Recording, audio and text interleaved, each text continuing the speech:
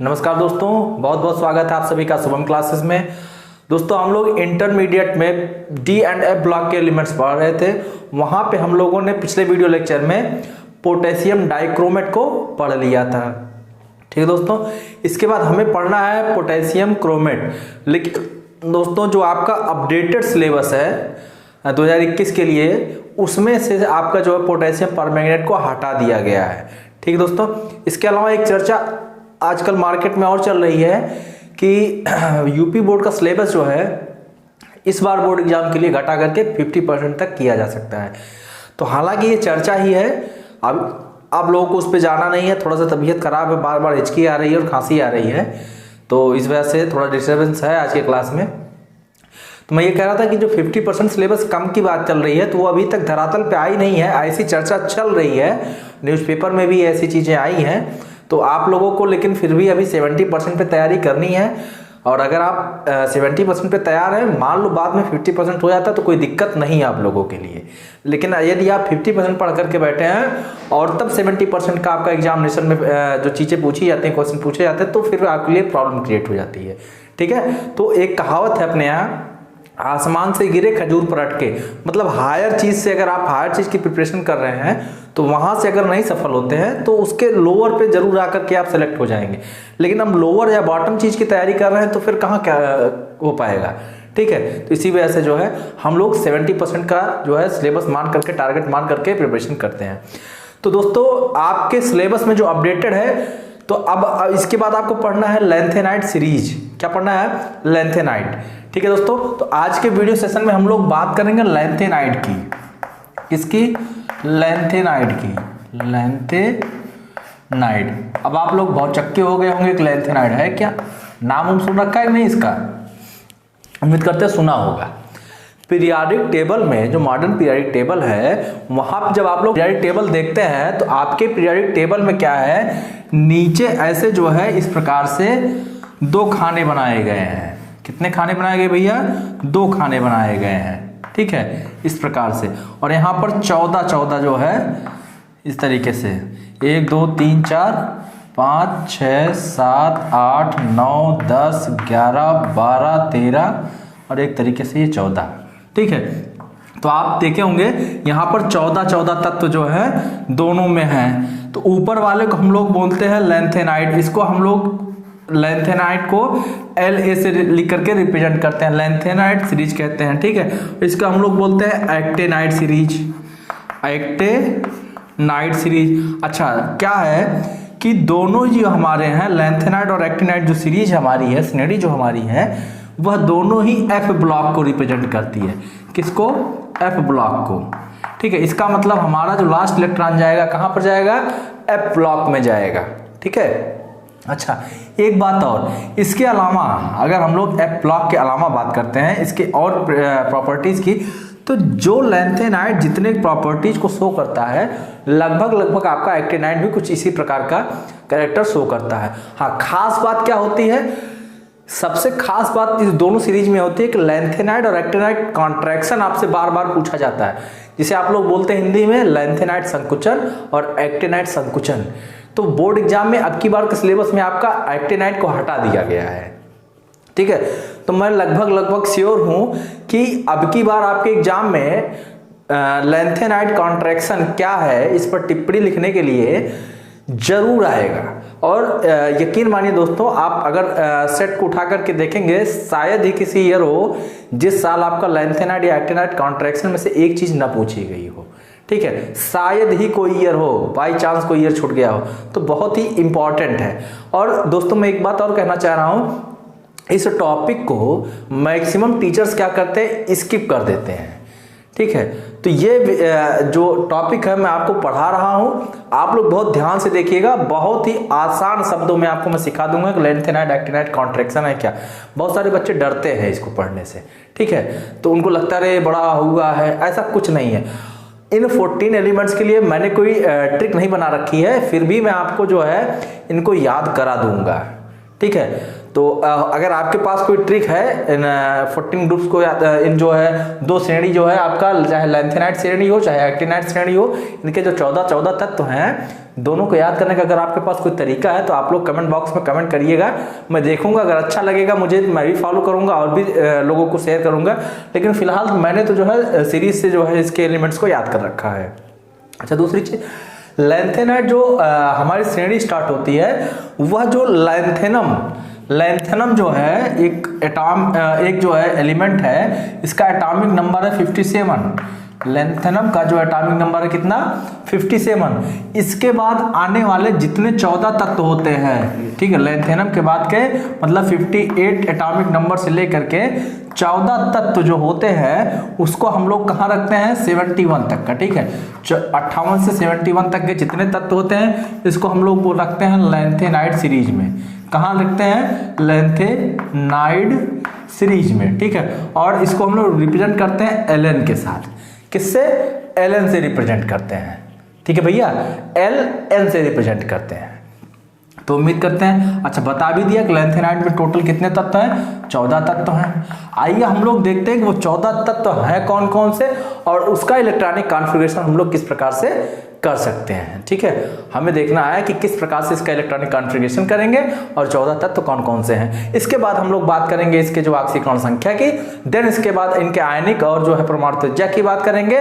फिर हम लोग इसके बाद करेंगे जो है इसका लैंथेनाइट कॉन्ट्रैक्शन, जो कि आज के इस वीडियो का सबसे इंपॉर्टेंट टॉपिक है, ठीक है दोस्तों। तो आइए हम लोग देखते हैं इसके जो है 14 तत्व कौन कौन से हैं। चलिए दोस्तों, हमने बात किया अभी कि जो आपके लैंथेनाइड में है टोटल 14 तत्व में कौन कौन से हैं। सिलीरियम, इसका एटॉमिक नंबर 58, प्रासोडायनियम, ठीक है, 59, फिर नियोडायनियम, प्रीमैथियम, सैमरियम, यूरोपियम, गैडोलियम, टर्बियम, डिस्पर्सियम, होलोनियम, इरेंसियम, टैमियम या ट्रिबियम और ल्यूटिटियम, ठीक है। इस तरीके से टोटल आपके 17 तत्व हैं, 14 तत्व हैं। इसका एटॉमिक नंबर 58, इसका 59, 60, 61, 62, 63, 64, 65, 66, 67, 68, 69, 70 और 71, ठीक है। इस तरीके से जो आपके 71 तत्व हैं, 71 58 एटॉमिक नंबर से लेकर के 71 एटॉमिक नंबर तक के जितने तत्व आते हैं उसको आप लोग क्या बोलते हैं, लैंथेनाइट तत्व बोलते हैं, ठीक है।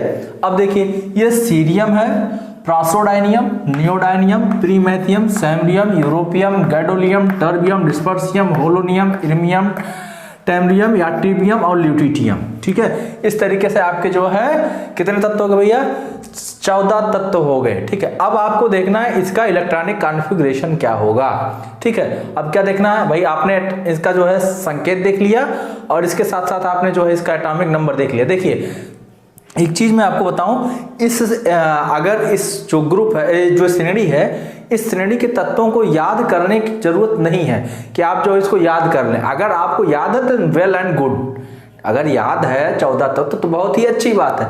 अगर नहीं याद है तो आपको रटने की जरूरत नहीं है कि कौन सा किसके बाद आएगा, ठीक है। देखिए यहां पर क्या है कि आप लोग जो है इसके संकेत लेकिन समझ लीजिए कि कौन सा से, अगर हम सीरियम की पूछे तो आप बताइए सी, प्रासोडायनियम की पूछे तो पीआर बता, नियोडायनियम की पूछे तो एनडी बता दीजिए, सैमरियम की पूछे तो एसएम बता दीजिए, गैडोलिनियम पूछे तो जीडी बता दीजिए, टर्बियम की पूछे तो टीबी बता दीजिए, ठीक है, डिस्पर्सियम पूछे तो डीवाई बता दीजिए। इस तरीके से आप बस संकेत याद रखिए दिमाग में, ठीक है। जरूरी नहीं कि आप जो है इसको याद ही रख लीजिए, ठीक है, क्योंकि इस टॉपिक से सबसे ज्यादा जो पूछा जाता है वह पूछा जाता है लैंथेनाइट कॉन्ट्रैक्शन क्या है, ठीक, लैंथेनाइट कॉन्ट्रैक्शन पूछा जाता है। तो चलिए आइए देखते हैं हम लोग इसका जो है एटॉमिक किस प्रकार से हम लोग इलेक्ट्रॉनिक कॉन्फ़िगरेशन कर सकते हैं।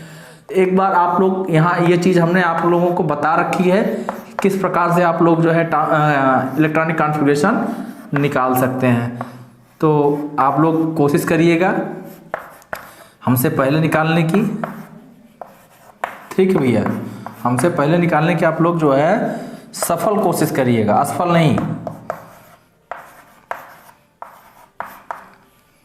6s, 6p, 6d, 7s, 7p और इसके बाद 8s, ये 4 एक साथ, ये 4 एक साथ, ये 3 एक साथ, ये 3 एक साथ, ये 2, ये 1, ये 1।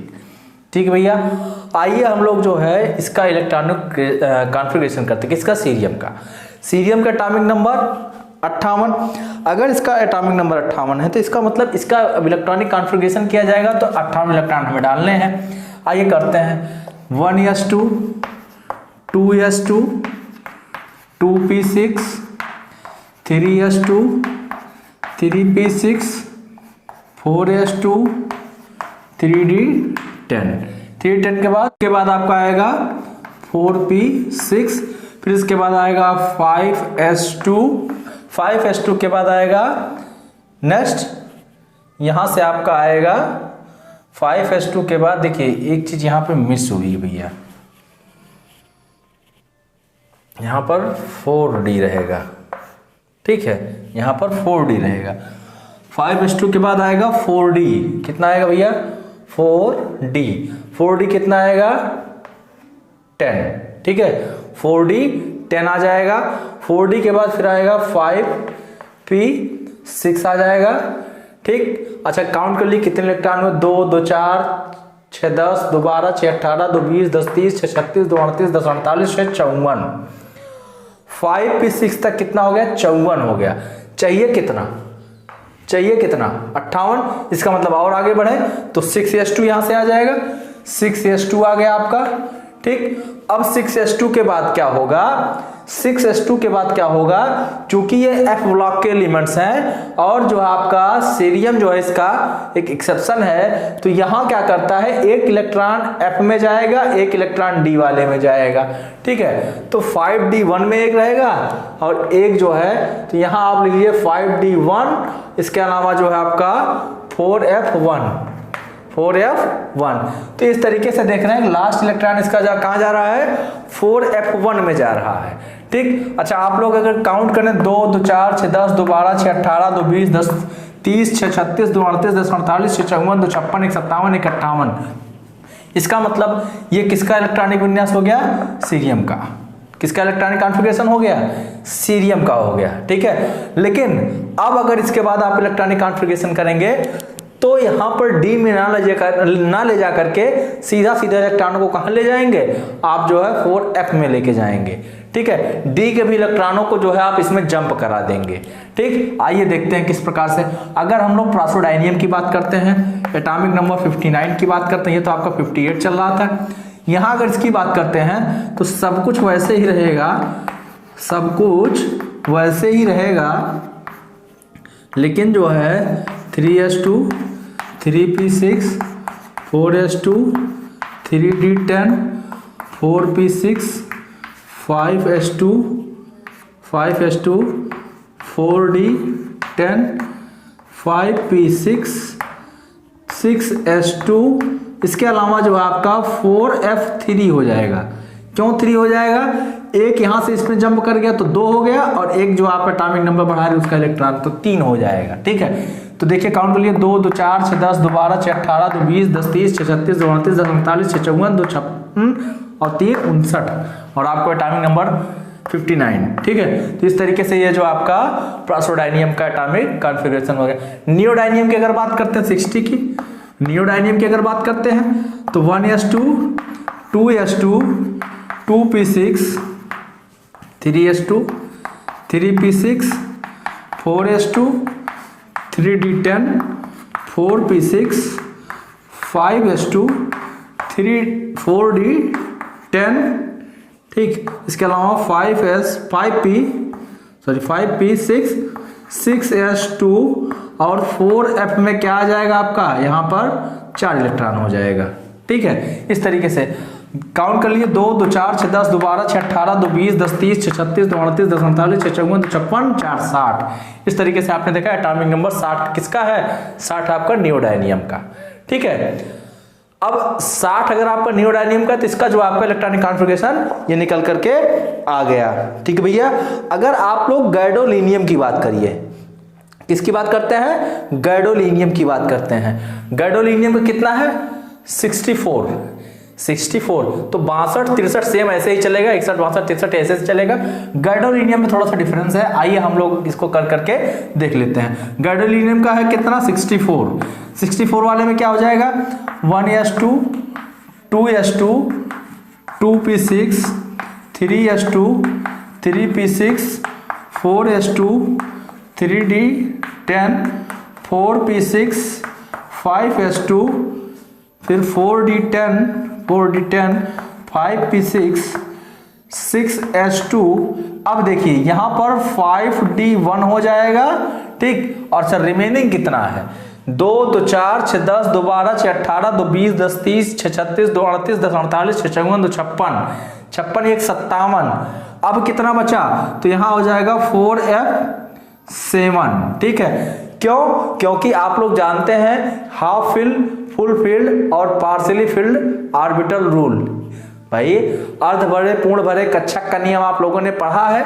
तो वहां पे जो होता है क्या, अर्ध भरे कक्षक ज्यादा स्थायी होते हैं किसकी कंपैरिजन में, अपूर्ण भरे कक्षक की कंपैरिजन में। तो यहां पर वो जो है वो वाला नियम फॉलो हो रहा है, इसलिए जो है इसका एक्सेप्शन है, ठीक। इसी तरीके से जैसे कि आपका 64 एटॉमिक नंबर किसका, गैडोलीनियम का, ठीक है। तो उम्मीद करते हैं ये चीज समझ में आई होगी। अच्छा लास्ट है आपका ल्यूटिटियम। लास्ट क्या है ल्यूटिटियम। ल्यूटिटियम का क्या है 71 एटॉमिक नंबर है, 71 एटॉमिक नंबर है किसका, ल्यूटिटियम का। ल्यूटिटियम में अगर आप लोग देखेंगे तो देखिए एक चीज और, ये ल्यूटिटियम का एटॉमिक नंबर कितना 71। आप लोग जब यहां पर इलेक्ट्रॉनिक कॉन्फ़िगरेशन करेंगे तो सारी चीजें सेम ऐसे आएंगी, लेकिन यहां पर देखिए यहां डिफरेंसेस 6s2 के बाद आना चालू हो जाएगा। यहां आएगा 6s2 5d1 4f14 आ जाएगा। अगर काउंट करेंगे तो यहां तक देखिए 2 2 4 6 10 2 12 6 18 2 20 10 30 6 36 2 38 10 48 6 54 2 56 तक आपका जो है सेम है यहां तक, ठीक है। 56 तक यहां तक सेम है। 1 57 4 61 10 71, ठीक है। तो इस तरीके से आप लोग जो है ल्यूटिटियम का कॉन्फ़िगरेशन पा गए। अच्छा यहां जो 64 के बाद जो चलेगा फिर इसी तरीके से चलेगा, 64 के बाद फिर इस तरीके से चलेगा, यहां डी में नहीं जाएगा 64 के बाद। अगर हम लोग 65 की बात कर लेते हैं, एटॉमिक नंबर 65 किसका है, एटॉमिक नंबर 65 किसका है, टर्बियम का, ठीक है। टर्बियम की अगर हम लोग बात कर लेते हैं तो इसका जो हम लोग इलेक्ट्रॉनिक कॉन्फ़िगरेशन करेंगे इसी के अकॉर्डिंग कर रहे हैं 64। तो देखिए ऐसे करिएगा, सब कुछ सेम जाएगा, सब कुछ सेम जाएगा। 6s2 के बाद क्या हो जाएगा, यहां पर 5d नहीं आएगा, जो यहां पे 5d1 आया है 5d1 ना करके 4f9 आ जाएगा सीधे सीधे, ठीक है। तो इस तरीके से जो इसका इलेक्ट्रॉनिक कॉन्फ़िगरेशन 65 के बाद 66 का भी इसी तरीके से चलेगा, 65 के बाद 66 का भी इसी तरीके से चलेगा, ठीक है। 67 का भी, 68 का भी, 69 का भी, 70 का भी, लेकिन 71 वाले में फिर 5d1 वाले में इलेक्ट्रॉनिक कॉन्फ़िगरेशन एक जो इलेक्ट्रॉन चला जाएगा, ठीक है। तो इस तरीके से आपका इसका इलेक्ट्रॉनिक विन्यास आप लोग इस प्रकार से करते हैं। एक बार भैया आप लोग इसका स्क्रीनशॉट ले लीजिएगा, ठीक है दोस्तों।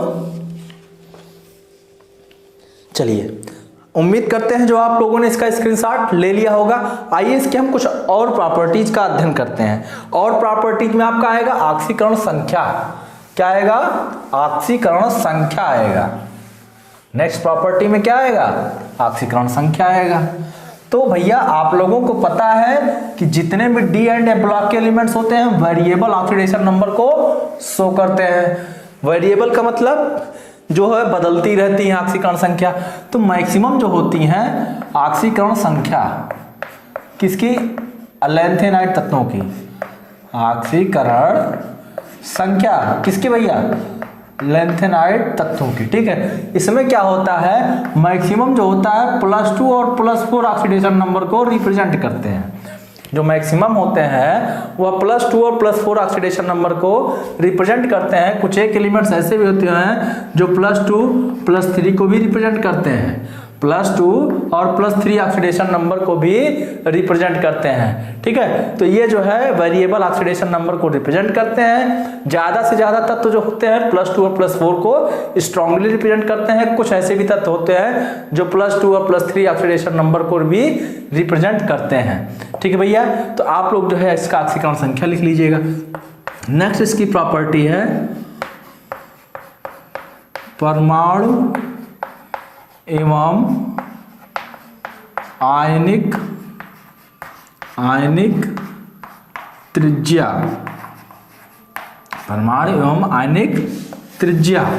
ठीक है, अब जो परमाणु एवं आयनिक त्रिज्या होती है, इसमें क्या होता है, जैसे जैसे हम लोग बाएं से दाएं चलते हैं, भैया यहां पर ध्यान देने वाली बात है, हम लोग सीरीज में बाएं से दाएं चल रहे हैं। जब तक हम लोग पी ब्लॉक एलिमेंट पढ़ रहे थे टॉप टू बॉटम ग्रुप में चलते थे, लेकिन जब हम लोग D and A block elements पढ़ रहे हैं तो हम लोग लेफ्ट टू राइट चल रहे हैं, माने कि सीरीज में चल रहे हैं।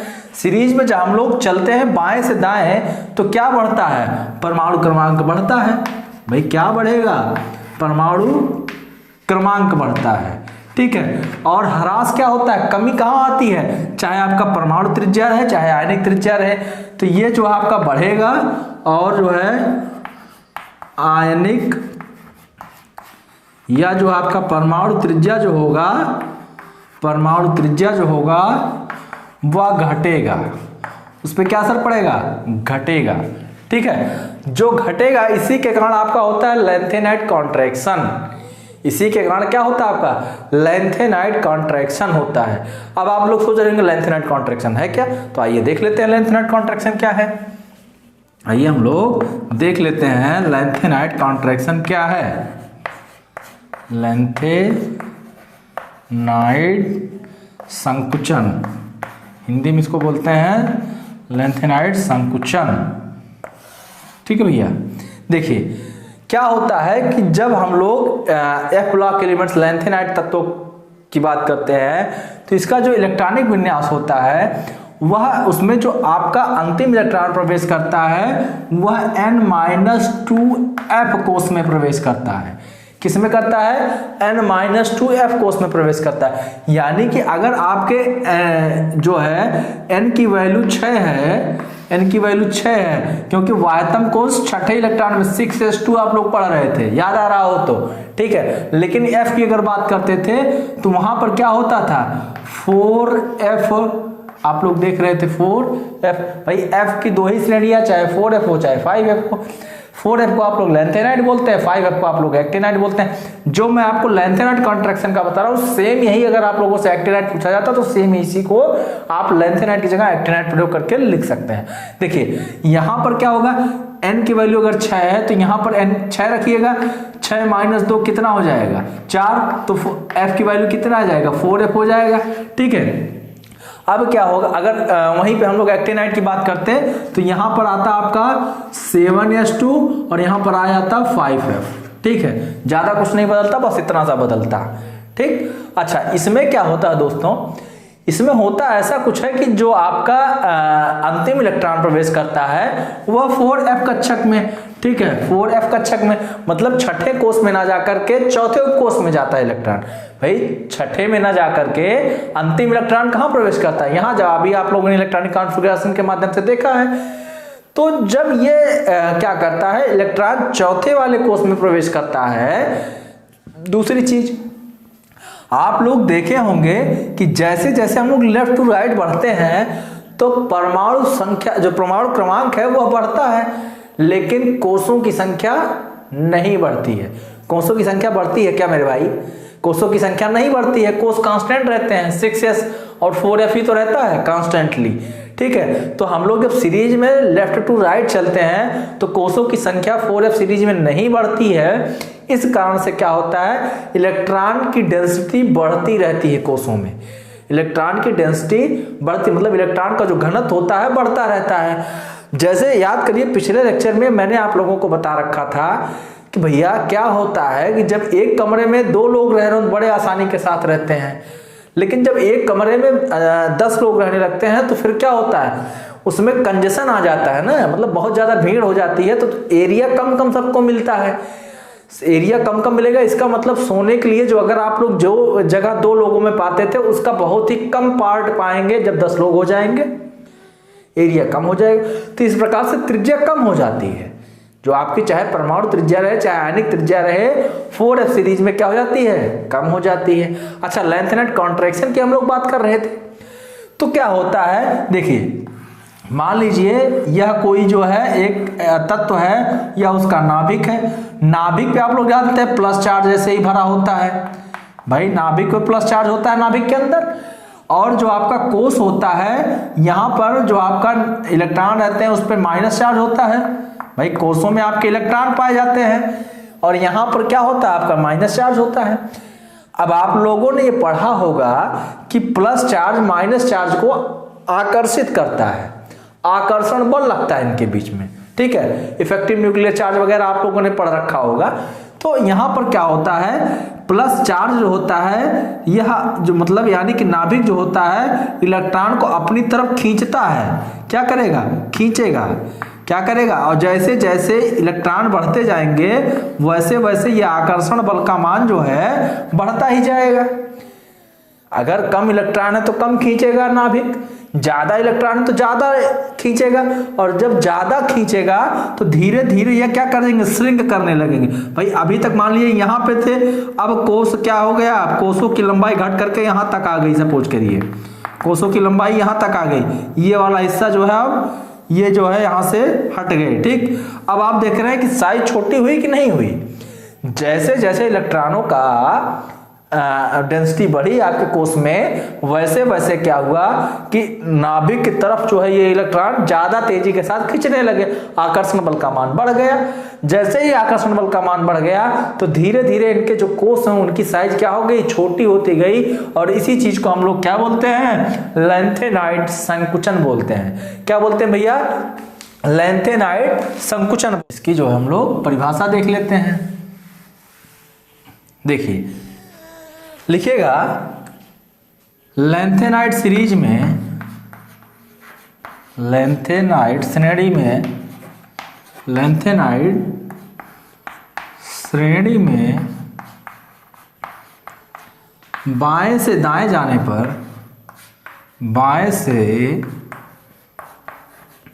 दाएं जाने पर, दाएं जाने पर क्या होता है भैया, परमाणु क्रमांक बढ़ता है, एटॉमिक नंबर बढ़ता है, परमाणु क्रमांक बढ़ता है, ठीक है भैया। परमाणु क्रमांक क्या होता है, बढ़ता है। अगर परमाणु क्रमांक बढ़ेगा इसका तात्पर्य हो गया कि जैसे जैसे परमाणु क्रमांक बढ़ेगा, तो हमने अभी अभी आपको बताया परमाणु एवं आयनिक साइज, आयनिक साइज छोटा होता जाएगा।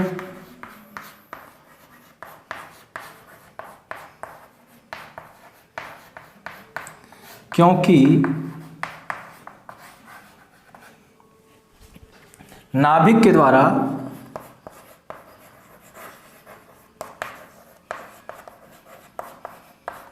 द्वारा कोषीय इलेक्ट्रॉनों को, कोषीय इलेक्ट्रॉनों को अपनी तरफ आकर्षण बल से खींचा जाता है, आकर्षण बल के माध्यम से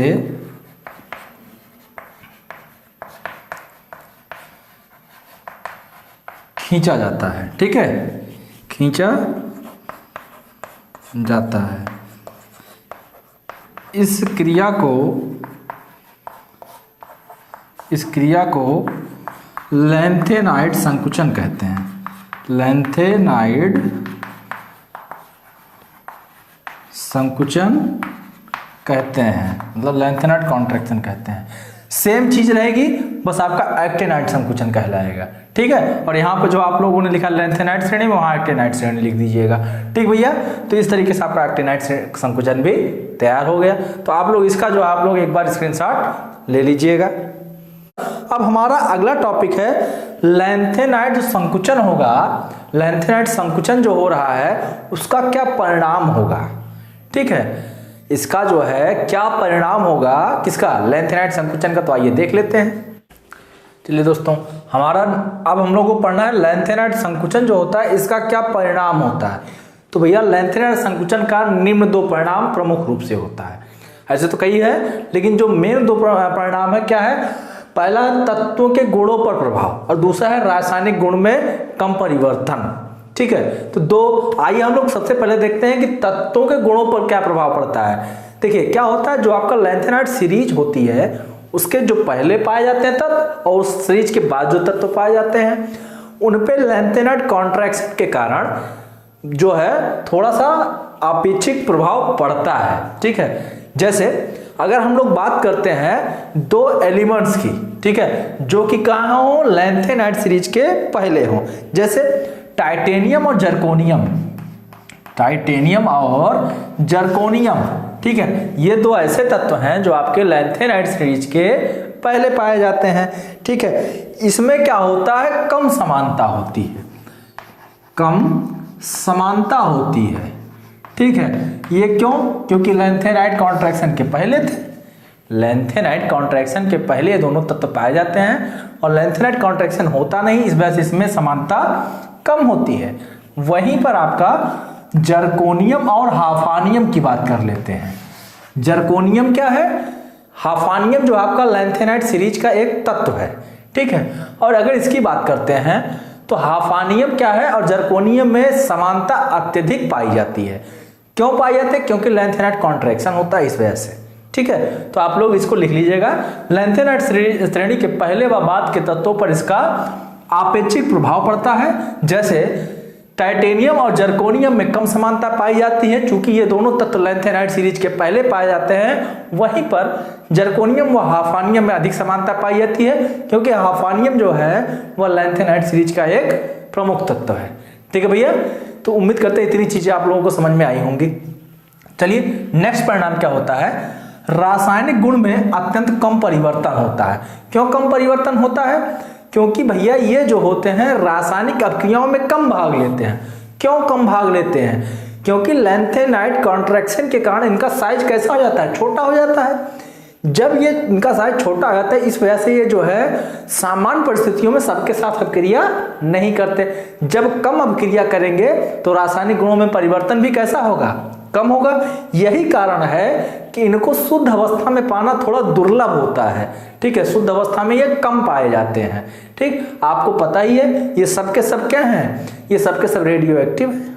ठीक है, इस वजह से जो है ये प्रॉपर्टीज होती हैं। तो ये दो परिणाम हो गए। आइए हम लोग कुछ एक इसके केमिकल रिएक्शंस की बात कर लेते हैं। तो लेंथेनाइड सीरीज को आप लोग Ln से रिप्रेजेंट कर रहे थे ना, Ln से, इससे लेंथेनाइड सीरीज, पूरी सीरीज जो 14 तत्व थे उनको हम लोग जो है रिप्रेजेंट करते थे Ln से। ये क्या करता है, हाइड्रोजन के साथ जो है क्रिया करता है, किसके साथ, हाइड्रोजन के साथ। और Ln X टाइप का जो है आपका कंपाउंड बनाता है। कैसा बनाता है, Ln X2 टाइप का बनाता है, सॉरी जो है Ln X2 क्या Ln X3 टाइप का बनाता है। ठीक है, अच्छा, जो लेंथेनाइड सीरीज के तत्व होते हैं वह अम्ल के साथ अगर क्रिया करेंगे, अम्ल के साथ क्रिया करेंगे तो हाइड्रोजन बनाते हैं। क्या बनाते हैं, हाइड्रोजन बनाते हैं। वहीं पर अगर ये जो है ऑक्सीजन के साथ जो है इनकी क्रिया कराई जाती है, तो ये ऑक्सीजन के साथ क्रिया कराने पर ये, ठीक है, लेंथेनाइड की सीरीज के तत्व Ln2O3 बनाते हैं, Ln2O3 टाइप के तत्व बनाते हैं। जो कंपाउंड बनाएंगे Ln2O3 टाइप का बनाएंगे। ठीक है भैया, तो उम्मीद करते हैं ये संकुचन आपको समझ में आया, संकुचन का परिणाम भी समझ में आया होगा। ठीक, संकुचन क्यों होता है, क्योंकि जब हम लोग बाएं से दाएं चलते हैं तो परमाणु क्रमांक बढ़ता है, वहीं पर जो है कोषों की संख्या कांस्टेंट रहती है, इलेक्ट्रॉन कंटिन्यूटी में उसमें बढ़ते जाते हैं। इसका मतलब इलेक्ट्रॉन डेंसिटी बढ़ गई, तो नाभिक जो करता है कोष के इलेक्ट्रॉनों को अपनी तरफ ज्यादा तेजी के साथ खींचता है। ठीक, जब खींचेगा तो इसका मतलब आकर्षण बल का मान बढ़ जाएगा। जैसे ही खींचेगा इस कारण से जो होता है क्या, तो थोड़ा सा शील्डिंग इफेक्ट वगैरह होता है, उस वजह से जो है इसका थोड़ा सा साइज छोटा हो जाता है। इसी को हम लोग बोलते हैं लेंथेनाइड कॉन्ट्रैक्शन या लेंथेनाइड संकुचन। ठीक है, तो ये चीज आप लोगों को समझ में आई होगी। एक बार इसका भी स्क्रीनशॉट ले लीजिएगा भैया। इसका भी एक बार स्क्रीनशॉट ले लीजिएगा। और अगर आपसे ये क्वेश्चन लॉन्ग आंसर में पूछा जाता है तो आप लोग जो है लेंथेनाइट कॉन्ट्रैक्शन के परिणामों को भी बताएंगे, एग्जांपल देकर के जो आप लोग इसको रिप्रेजेंट करेंगे। अगर आपसे ये चीजें नहीं पूछी जाती है लॉन्ग क्वेश्चन में, शॉर्ट में पूछा तो बस इलेक्ट्रॉनिक कॉन्फ़िगरेशन लिख करके लेंथेनाइट कॉन्ट्रैक्शन क्या है, एक चीज किसी एक या दो तत्व का इलेक्ट्रॉनिक कॉन्फ़िगरेशन लिख करके समझा दीजिएगा, बस कुछ नहीं करना है, ठीक है। तो इंपॉर्टेंट टॉपिक है और आज का ये टॉपिक इसी के साथ साथ, हाँ एक चीज और, इसी टॉपिक के साथ साथ जो है आपका डी एंड ए ब्लॉक के एलिमेंट्स जो है समाप्त होते हैं, ठीक भैया। डी एंड ए ब्लॉक के एलिमेंट्स यहां पर समाप्त होते हैं। अब आपका सिर्फ एक चैप्टर इनऑर्गेनिक में बच रहा है, उपसहसंयोजी यौगिक, कोऑर्डिनेशन कंपाउंड, ठीक है। तो आई अब हम लोग जो है नेक्स्ट वीडियो सेशन से इसके बारे में अध्ययन करेंगे, नेक्स्ट चैप्टर के बारे में अध्ययन करेंगे। हाँ, इस चैप्टर से अगर किसी को कोई समस्या हो तो कृपया करके कमेंट बॉक्स में कमेंट करके जरूर बताएं, और आपका जल्द ही एक टेस्ट भी होने वाला है, ठीक है। और सरप्राइज टेस्ट होगा, किसी भी दिन हो सकता है, ठीक है दोस्तों। बहुत बहुत धन्यवाद।